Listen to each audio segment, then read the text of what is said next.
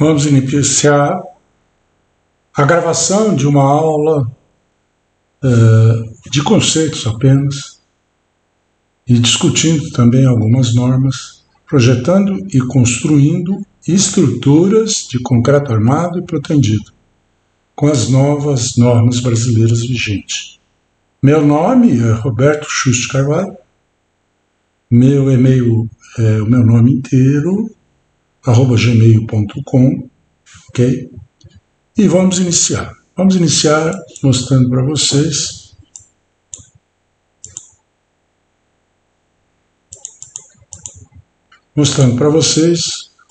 um ensaio que nós fizemos por volta de 2002. A ideia era estudar a fluência, ou seja, a deformação ao longo do tempo, de lajes treliçadas. Nós tínhamos uma ideia de como fazê-lo, né? Mas precisávamos, antes de desenvolver o projeto todo de pesquisa, fazer um protótipo, fazer um elemento de teste, que são 3 trilhos com 2 lajotas cerâmicas, uma pequena espessura, é verdade, com 4 metros de vão. Nós estamos nesse laboratório que estava emprestado. Os ensaios de fluência demandam muito tempo, então é por isso que nós só pudemos fazer o protótipo aí. Aí aproveitamos, fizemos 2 outros ensaios que foram muito interessantes. Bom, aqui nós estamos vendo um laboratório de materiais, mas ele possuía uma laje de reação aqui embaixo, que é típica de laboratório de estrutura. A laje de reação é uma estrutura que permite você colocar tirantes, tem lugares para você chumbar tirantes, né? Fixar tirantes, de maneira que depois você fixa, por exemplo, pilares ocos circulares, como são esses aqui, e os prende de tal maneira que eles ficam sempre posicionados da mesma forma e não podem ser arrancados e não são esmagados devido à grande área deles. Bom, os pórticos metálicos, que é o primeiro e o último lá que vocês estão vendo, trave metálica, são 2 pilares com uma travessa aqui, que é um perfil metálico em forma de retangular, né? E ainda tem aqui soldado em cima uma barra redonda, que aí sim essa está aonde se apoia a laje, ou, se quiserem, os trilhos da laje, a laje de uma maneira geral.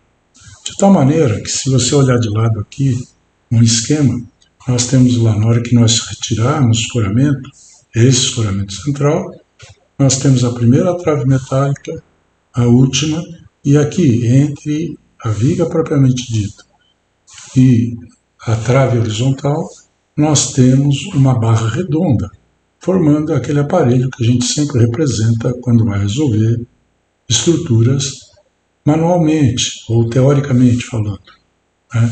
Então, isso significa que há uma rótula ali e que a rotação da viga não é impedida. O que vocês estão vendo aqui são tijolos que seriam colocados posteriormente na laje para que desse a sobrecarga permanente que atua normalmente em todas as lajes. Vocês estão vendo também aqui uma régua metálica que é graduada, que nós colocávamos tanto aqui no meio da peça quanto nas extremidades. E aí, por leitura, um aparelho topográfico de alta precisão, nós tínhamos a deformação do elemento. Ele foi construído, o protótipo foi construído de maneira a se manter um nível aqui na face inferior ou na face superior, ou seja, em ambas, a estrutura era nivelada. Então, a partir de calços aqui, colocava-se calços nesse escoramento, de maneira que a gente tinha certeza que era um tempo igual a 0, antes de funcionar, a estrutura estava nivelada. À medida que a gente retira o escoramento, a estrutura vai se deformar, nós iríamos ler a deformação inicial, e a ideia é continuar lendo durante o tempo qual era essa deformação para se considerar a fluência. Aqui a seção transversal, melhor detalhada, é apenas 10 centímetros, era bem pequeno o protótipo. Nós tínhamos 43 centímetros e meio de eixo a eixo, 3 trilhos, e as lajotas eram cerâmicas. Para finalizar depois, no final, nada mais interessante do que a gente ensaiar a ruptura.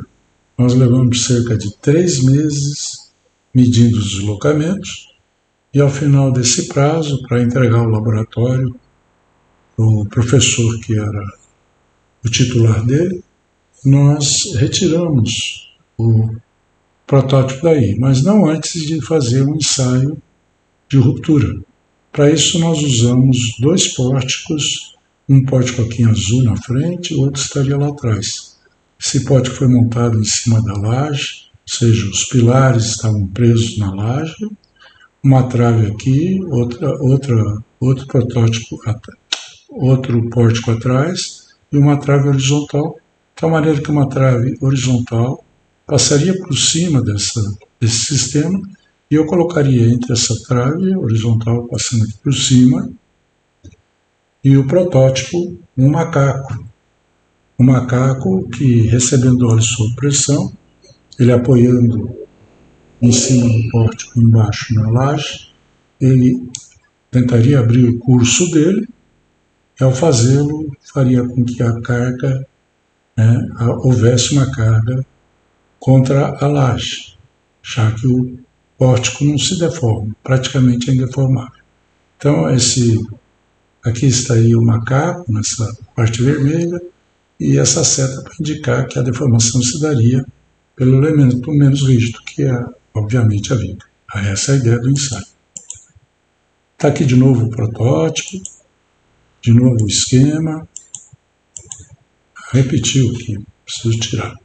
Aqui já na fase posterior, que vocês já estão vendo os 2 protótipos montados, um na frente, outro atrás da laje, e aqui essa viga passando no meio, e agora já o macaco aqui colocado, e esse aparelho aqui, que é nada mais do que o anel dinamométrico.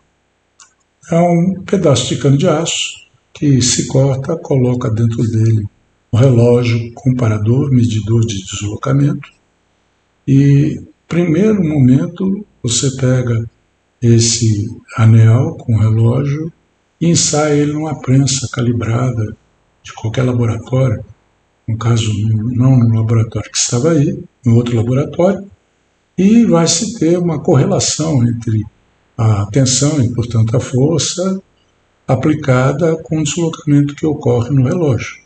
De tal maneira que, tendo essa tabela, ao trazer o relógio e colocá-lo nessa posição, eu estaria medindo a cada instante quem é a carga que o macaco transfere para a laje. Aqui nós vemos bem a laje com as suas 2 lajotas cerâmicas e as 3 sapatas de concreto. Aqui vocês veem, pelo menos dá para ver o pé, vamos dizer assim, das hastes, elas são fininhas, às vezes não dá para ver no slide. Aqui talvez dê para ver melhor no outro slide. As hastes que eram medidas, que a gente usava para medir o deslocamento. Bom, mas antes de fazer a ruptura, nós fizemos um ensaio de temperatura. Nós compramos gelo, sacamos gelo e colocamos junto à face superior. Por que desse experimento? Esse experimento é muito interessante, porque a um certo momento, depois de talvez 1 mês, 2, não lembro, começou, está tudo, obviamente, registrado lá nas dissertações de mestrado da universidade. Registrou-se, em vez de um afundamento da viga, era como se ela estivesse subindo. Então, se fazia a leitura, a poucos décimos de milímetro, ela subia. O que era incoerente. A fluência, uma vez que a carga é vertical e no sentido para baixo é gravitacional, a fluência deve sempre aumentar o tamanho. Conversamos com o professor Calito, acho que ele vai aparecer, deixa eu ver se ele aparece no próximo slide. Não, tem um slide que aparece. É o slide que tem lá no meu canal do YouTube. Vocês procurem lá. Tem mais slide, tem toda essa história contada. Bom, o fato é que eu desconfiei que havia problemas de temperaturas distintas na face superior e face inferior. Na verdade, o laboratório tinha sempre uma temperatura, em geral, alta.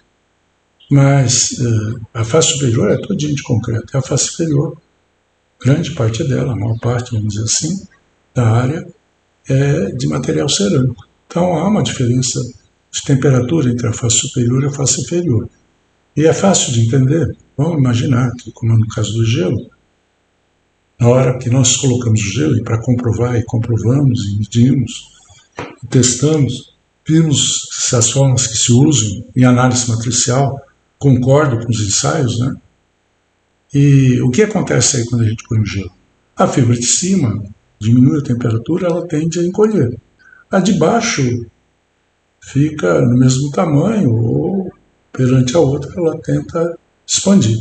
Então, se vocês pensarem numa flexão com momento positivo, vocês vão ter exatamente o que está acontecendo aí. Vocês vão ver a fibra de baixo, as fibras, de certa maneira, se expandindo, e a fibra de cima encolhendo. Então, é um movimento que você tem quando tem momento fletor positivo. Ou seja, essa variação de temperatura da face superior e da inferior fazia com que a flecha aumentasse, o deslocamento vertical aumentasse. E nós tínhamos um equipamento que media a temperatura superficial. Lá nos outros slides está melhor representado isso. Então, nós fizemos esse experimento e, com isso, nós sabíamos que uma diferença de temperatura entre a face de cima e a face de baixo daria uma diferença no resultado que a gente poderia, agora sabendo disso e comprovando que as fórmulas de análise matricial estão corretas, nós podíamos descontar esse valor e medir, isolar o efeito da fluência, vamos dizer assim. Mas já que a gente tinha o pórtico lá, conseguiu fazer o pórtico e tínhamos que devolver ao laboratório, nós fizemos um ensaio de flexão com apenas um macaco concentrado. Então aí vocês veem o macaco, o anel dinamométrico, com relógio comparador. Abaixo disso, junto à laje, aqui, ó, que vocês têm o que a gente chama de joelho, um elemento todo cheio de elementos de circunferência, de círculos, né, para formar aqui uma rótula perfeita, evitar algum momento, né. E aumenta-se o contato aqui, colocou-se massa, inclusive, para distribuir esse SOS também. Aqui o laboratorista, que na verdade não era de estrutura, era de hidráulica, ele que montou o equipamento. No outro slide também tem mais detalhes, né? Esse equipamento tinha uma bomba manual que injetava óleo, ele conseguiu achar uma bomba elétrica que ele mesmo calibrou o manômetro e medindo aqui o deslocamento nós sabíamos a força e ele ia verificando o carregamento. Obviamente que nós fizemos o cálculo para estabelecer até onde nós iríamos. Vocês verificam aí que já está num estágio razoável, ela está bem deformada, se percebe a olho nu, né, que ela está bem deformada e originalmente ela foi feita horizontal. E agora, o mais interessante, no estágio final, nós não conseguimos derrubá-la, não assim com o ensaio, depois tivemos que quebrar tudo para tirar. Nós chegamos nesse ponto, paramos, não conseguimos, tínhamos dificuldade em fazer o macaco colocar em carga, já tinha quase passado todo o curso dele, chegado até o curso final dele. Então vocês estão vendo aí o anel dinamométrico, macaco hidráulico, o pilar do pórtico, o protótipo propriamente dito, e ele totalmente já arrebentado, né? Portanto, se tratando do estado limite último. Embaixo vocês estão vendo qual é o esquema estrutural que nós fizemos para considerar isso. E aí está no YouTube o endereço desse vídeo. Na verdade não é um vídeo, é uma coleção de slides que eu vou detalhando, vou falando. O que eu estou falando aqui com obviamente com mais figuras, mais imagens, mais explicações. Então, o que vocês podem ver é que isso corresponde ao estado limite último da seção transversal no meio do vão. O concreto já não apresenta fissura, apresenta uma rachadura. Eu devia ter posto um lápis ali do lado para vocês terem noção, né? Mas vocês vão vendo que essa rachadura, que depois se transforma em fissura lá no final, ela vai quase até lá em cima. A seta verde está mostrando aqui, ó, ela vai até quase lá em cima. E na parte de cima, propriamente dito, o concreto começa a esmagar, começa a plastificar e, portanto, a esmagar. A armadura escoou e o concreto plastificou. Aqui no meu slide dá para perceber a armadura, dá para ver aqui a armadura. De vocês possivelmente não dê. A imagem vai perdendo qualidade, né? Então, com isso, nós medimos o valor da carga, chegou próximo ao que se imaginava, né? Esse ensaio, ele realmente, essas teorias feitas para flexão, elas são comprováveis facilmente no laboratório, e nesse caso também nós tivemos sucesso, o resultado esperado, o resultado que chegou ao colapso, era o que a gente esperava. A única dificuldade é derrubar, realmente, para levar o mecanismo e cair, não é tão simples assim. Então, cuidado com isso, nunca digo, a estrutura vai cair. Desculpe. Na verdade, ela chegou no estado limite último, e isso é que corresponde ao estado limite último da seção. Muito bem, então esses ensaios depois estão todos, a maior parte deles estão reunidos na dissertação da Kataoka, o sobrenome dela é Kataoka com K, 2 Ks. Né? Ela fez um trabalho sobre estudo de fluência, mas como nós fizemos essas outros ensaios, ela colocou no trabalho. E se não colocou, ela fez referência a outros trabalhos que nós publicamos sobre isso aí. Tá certo? É um trabalho interessante, né? E assim, é bom porque eu posso afirmar a vocês que a temperatura realmente do jeito que os programas calculam é compatível com o que acontece no ensaio. Também a ruptura por flexão, como era óbvio, por óbvio, né? É compatível com o ensaio. A fluência deu maior que os valores normativos. Mas aí existem outras coisas que nós precisaríamos investigar e não houve mais tempo. Não é que não houve tempo, não houve disposição de laboratório, fiquei sem laboratório, sem verba, sem aluno, exato. Bom, enfim. Mas até onde nós medimos, esses valores da norma são conservadores, apesar de serem altos, são conservadores perante o resultado do ensaio. Mas algumas coisas nós pudemos verificar. Por exemplo, o apoio num só ponto, uma barra redonda, amplifica o deslocamento. Na vida real, as estruturas reais, elas apoiam-se em paredes, em vigas. Isso pode ter uma influência principalmente quando o voo é pequeno. Os caras só voam a 4 metros. Né?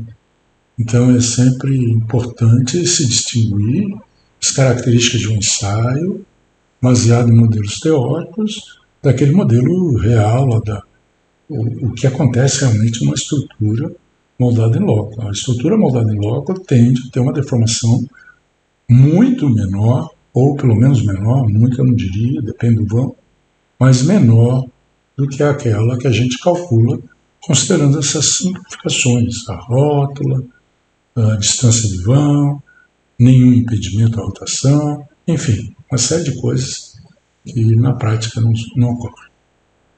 Com isso, vocês têm aí algumas informações importantes. Né?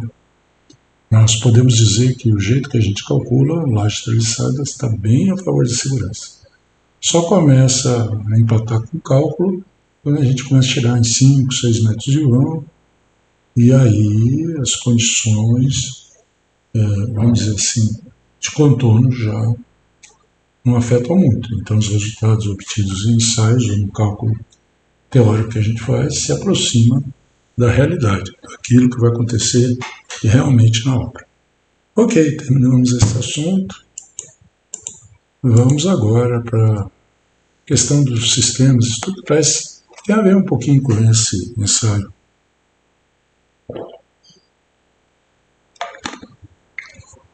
As estruturas de concreto protendido e concreto armado, elas se caracterizam em dois tipos principais. As moldadas no local, que tem uma característica bem própria. Eu uso no livro, o nosso livro que já está há 21 anos aí sendo editado, chegou na 5ª edição, depois de mais de 50 mil cópias vendidas, e está de acordo com a norma 2023. Muitas coisas que nós estamos falando aqui, a maioria, estão comentadas lá, estão escritas lá. E o bom é isso, você pode abrir de quando em quando, ler, para tentar entender e ter também as fórmulas escritas por norma para você usar. Então aqui, ó, eu dei como exemplo de uma estrutura bem simples, uma garagem feita de concreto armado, paredes com tijolo aparente à vista, que já não são mais usados, esses tijolos maciços, hoje são usados cerâmicos, tá certo? E vocês estão vendo aí uma estrutura composta de uma laje, 4 pilares, 4 blocos, cada bloco desse com 2 estacas. É um exagero o número de estacas aí colocadas, mas o pessoal de tecnia fala sempre que não dá para considerar só uma estaca para debaixo de um pilar. Eles têm um pouco de razão a dizer isso, porque dificilmente a estaca fica na posição correta. E ela muitas vezes não tem condição de resistir. Quando é uma só, não tem condição de resistir ao momento.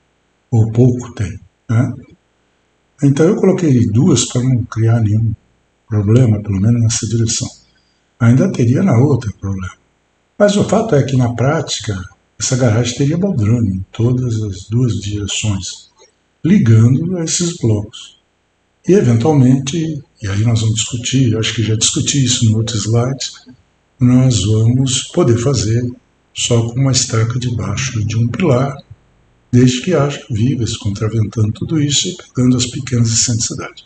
Bom, enfim, está aí mostrado a estrutura. Só que agora eu vou tentar causar choque em vocês dizendo o seguinte: não existe Papai Noel, não existe cegonha. Eu não sei se existe força.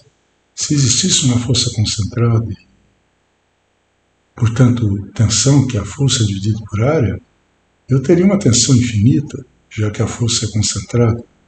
Então, eu acho que força, tensão, são conceitos que a gente usa para medir deformação.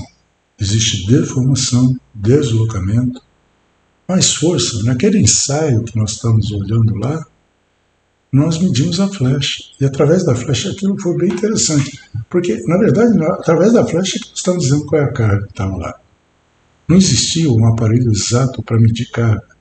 Você fala, bom, mas a prensa mediu. Mas a prensa mediu também por pressão.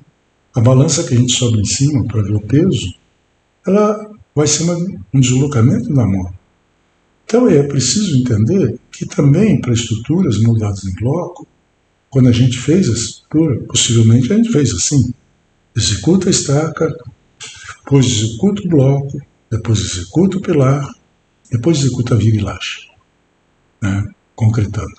E sempre deixando ferros de espera, que nós vamos comentar ainda nesse conjunto de slides, não sei se ainda é nessa aula, mas a execução é feita em partes. Mas quando chega no final, eu calculo, se eu tiver condições e se eu puder, como uma coisa só. Na verdade, ela se funciona como uma coisa só. Se você deixar em cada junta dessa, em cada passagem de concretagem, concreto áspero, deixar a armadura passando por essa junta, nós teremos, se for feita em 2 etapas, se for feita em uma etapa, nós teremos o mesmo comportamento do sistema dessa estrutura. Essa é a grande vantagem do concreto armado no local. Nós temos um efeito de monolitismo. É como se a estrutura fosse uma coisa só, quando terminada, embora tenha sido feito por etapas, com certo cuidado, mas ela funciona como se tivesse de uma maneira só. E, portanto, eu vou avançar um pouco agora, Eu vou pular um dos slides, vou para esse daqui. E, portanto, falar em laje, aqui ó, eu tenho a mesma estrutura e eu vou fazer uma discretização da estrutura. Eu vou dividir essa estrutura em diversos elementos. Um deles eu vou chamar de laje. O que é a laje? Laje é um elemento que tem duas dimensões muito maior que a terceira. Tá certo? E aí eu represento apenas com uma dimensão, um Lx, um Ly e uma espessura. E a espessura não aparece, ela fica com esse retângulo aqui. É uma estrutura de superfície. E outra coisa, hein? A laje está numa superfície, está num plano. Se ela não for contida num plano, estiver fora de um plano, se estiver mais que um plano, né? Ela não é mais laje, é casca, hein? Cuidado com isso. Tem gente que confunde casca com placa e fala placa plana. A placa é plana. A placa não tem jeito de ser não plana. Por definição, ela é plana. Eu tenho uma escada, por exemplo, eu tenho diversas placas em diversos planos, aí placas plissadas, né? Mas a placa é plana. Se ela fosse fora de um plano, ela seria casca. Tem outro comportamento. A própria placa laje tem dois comportamentos. A laje que nós mais usamos, na verdade nós usamos com os dois comportamentos, mas o que a gente dimensiona e fica preocupado é com a flexão, que é a carga perpendicular ao plano das duas grandes dimensões, do plano médio. Ou seja, aquilo que vocês estão vendo lá é um desenho do plano médio da laje. A laje é o elemento volumétrico. Nós vamos representar por isso aqui, ok? Depois da laje, nós temos as vigas, que são representadas por um segmento que une o centro de gravidade das seções transversais. E se for prismático, ou seja, seção constante, é uma linha reta e a inércia, a área são sempre constantes. O comprimento é muito maior que as outras duas dimensões, a largura e a altura. Tá certo? E depois o pilar, que no final a definição é a mesma. É um elemento que tem um comprimento muito maior que os outros dois. Tá certo?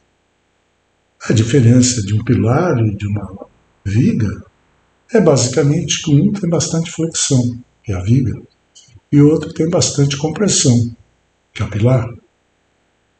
Mas será que isso dá para distinguir o pilar de uma viga?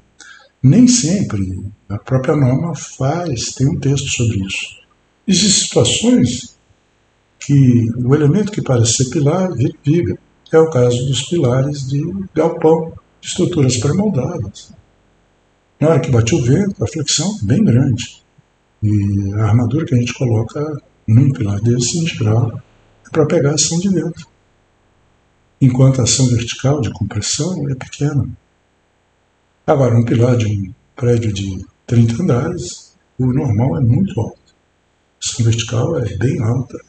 É praticamente ele quem me dá todas as condições de armadura. Mas, contudo, todavia, em todos os pilares a gente considera a flexão, a instabilidade, os efeitos segundo a ótica. Né? Mas, realmente, quem faz o pilar trabalhar com bastante esforço é a força normal. Tá certo? Então, não é a posição, uma horizontal, outra vertical, né? Tinha aquele pedreiro que falava assim, aquele pilar assim na horizontal era meio bem, e aquela viga na vertical, ele trocou tudo, né? Geralmente a viga é na horizontal, ou às vezes inclinada, e o pilar na vertical. Eu só não concordo quando tem gente que fala assim, o pilar não pode ser inclinado. Pode sim. Se a inclinação for pequena, é um pilar. O que difere pilar de viga é a maneira que você vai calcular. Então, você de antemão pode você não saber se aquela peça vai ser um pilar ou uma viga. E finalmente, olha só, né, para não chegar lá no bloco das stacks, finalmente eu estou dizendo o seguinte, que aqueles triângulos que estão ligando os elementos ali, eles não existem, nós nunca vimos esses triângulos na obra, né? Nem lá no laboratório nós já fizemos, eu fiz aqui uma descrição de como nós chegamos no aparelho triangular lá, com a bolinha em cima, né? E mais ainda, né? Depois quando a gente sai calculando, é até respaldado pela norma. que toda a carga da laje vai para a viga, tem até o procedimento de cálculo, que é um procedimento de estado limite último, de linhas de ruptura, que não é preciso usar, na verdade, mas poderia ser usado. Mas se usar, não dá carga uniforme. Então toda a carga da laje passa para a viga. E a norma permite que faça isso de maneira uniforme. Não é. É fácil de entender isso. Se você tiver uma carga concentrada aqui pertinho do canto, ela vai para um pilar ou para o outro. Por exemplo, ela vai metade para um pilar e metade para o outro. Se essa mesma carga estiver no meio da viga, aí com certeza vai para um pilar ou vai para o outro. E, portanto, a distribuição depende da posição da carga.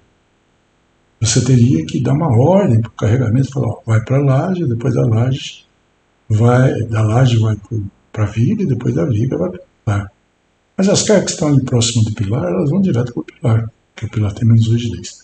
Enfim, tudo isso que nós fazemos são raciocínios, são entendimentos de senso comum e também é a mesma coisa quando se faz geometria analítica. Você precisa definir um ponto ou a reta. Se você diz que todo mundo sabe que é um ponto, 2 pontos formam uma reta. A união de 2 pontos forma uma reta. Se você diz que você não sabe o que é um ponto, mas sabe o que é um segmento de reta, o cruzamento do segmento de reta, os segmentos de reta resulta num ponto. Então é preciso partir de alguns axiomas, algumas coisas, para depois provar outras.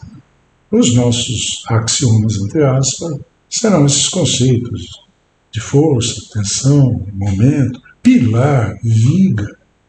Então, quando eu olho aqui essa estrutura, eu não vejo pilar, não vejo viga. Depois de pronto é uma coisa só.